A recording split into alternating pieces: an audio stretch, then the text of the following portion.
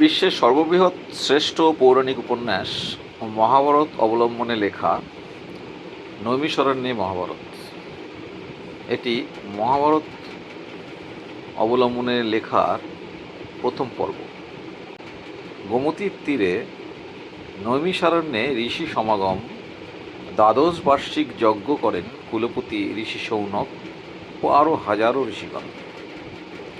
দিবারাত্র home চলে, জলে ধূপ ধুনো মন্ত্রপাঠে, দ্বীপ্রহরে বৃক্ষতলে ছায়ায় বসে চলে বিরাম এ খোলা মাঠে।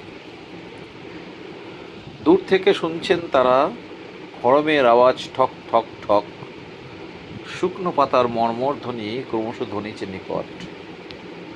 এদিকে ওদিকে বৃক্ষ ফাঁকে উঁকি দিয়ে তারা কয়, লোমহর্ষণ পুত্র সৌতি ধাবিছে দ্রুত লয়।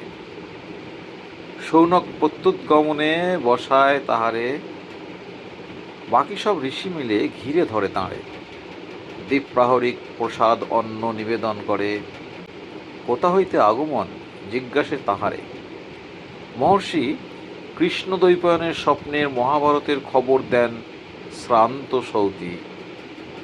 ওই বেদব্যাসেরই সংকলিত সহস্রাধিক বৎসরে বেড়ে চলা শ্রুতি। দিনে দিনে কলেবরে বাড়তে থাকে শ্লোক, নির্দিষ্ট বিভাজনে চতুর্বেদ সংকলন করেন এই মহান লোক।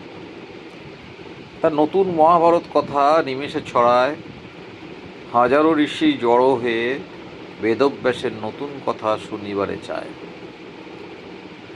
পথ চলা শ্রান্তি কাটিয়ে ঋষি সৌতি করেন বর্ণন মহর্ষি কৃষ্ণদ্বৈপায়নের মহাভারতীয় কথন। সমবেত ঋষিগণ ভাবে বিভোর, গালবে অশ্রুধারা ঝরে অনর্গল।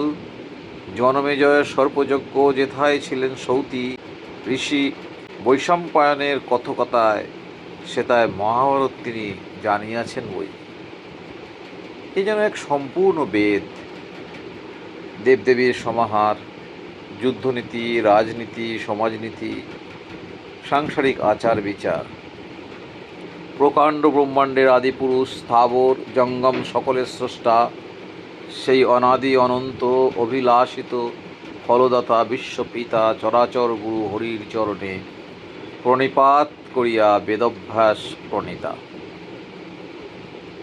তীর্থক্ষেত্র, নদী, পাহাড়, জঙ্গল, বর্ণাশ্রম, অতি পবিত্র বিচিত্র ইতিহাসের বর্ণনায় ছিল ঋষি বৈশম্পায়নের কথকতায় মহাভারতম।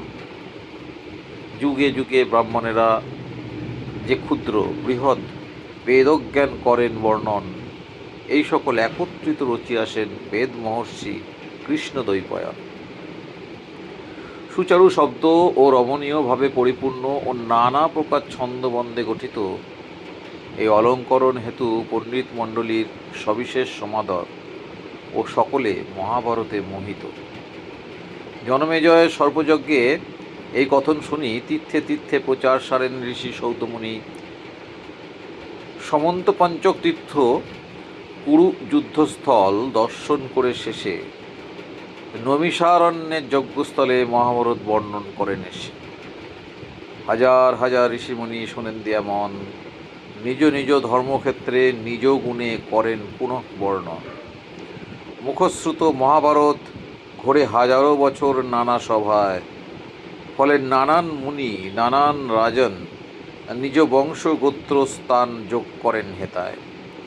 লিপির অভাবই বুঝি ছিল হেতা অন্তরায়, তাই প্রক্ষিপ্ত কাহিনী সকল স্থান পায় স্থায়ী।